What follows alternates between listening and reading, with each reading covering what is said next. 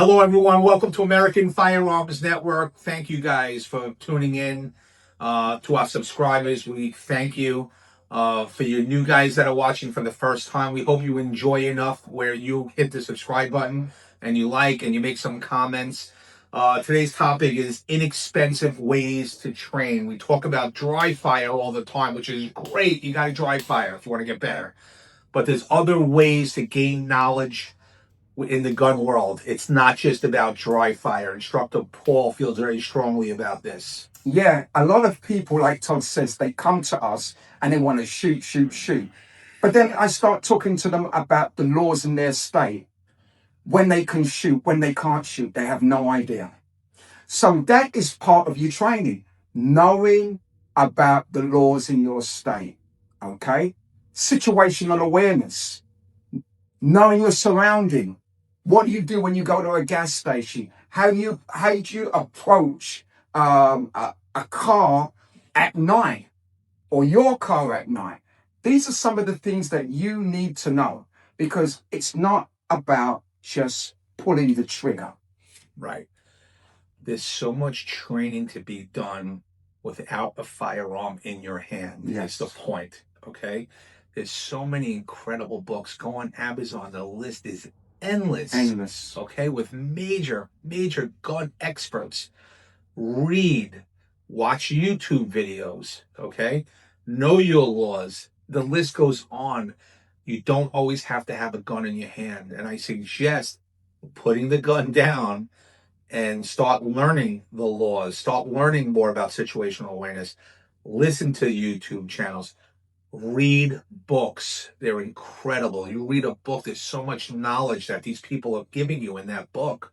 Read books. And also go through scenarios in your head. What would I do if I was in that position? Right now, there's a lot of things going on in our country right now. And it's crazy. Everybody's got their own different take on what you should do. Why did that police officer shoot that person? Why did this person shoot that? There are scenarios. You need to put yourself in that scenario and think about, what would I do? Because that's part of your training. Part of being a good trainer and a good student is being responsible when it comes to your guns. Knowing your laws and knowing when you can shoot and when you can't. Now say that. We know that people are trying to make sure, Todd, they don't spend tons of money. Okay? I like to save money. I don't mind if you guys come and give me money. I'll take it all day long. But I like to save money.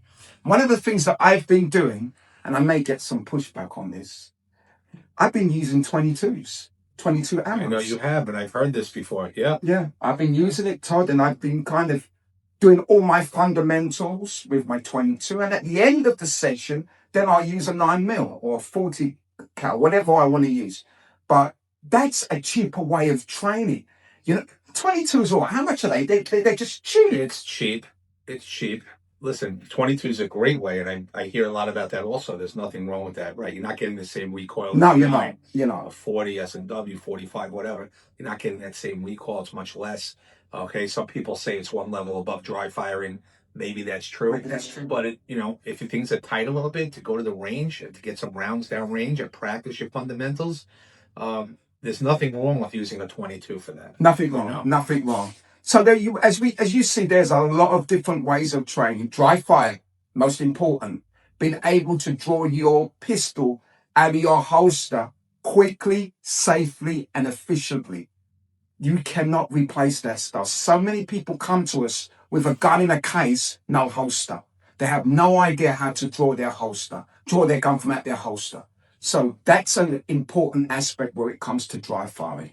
Know the laws of your state. Know when you can shoot, when you can't shoot.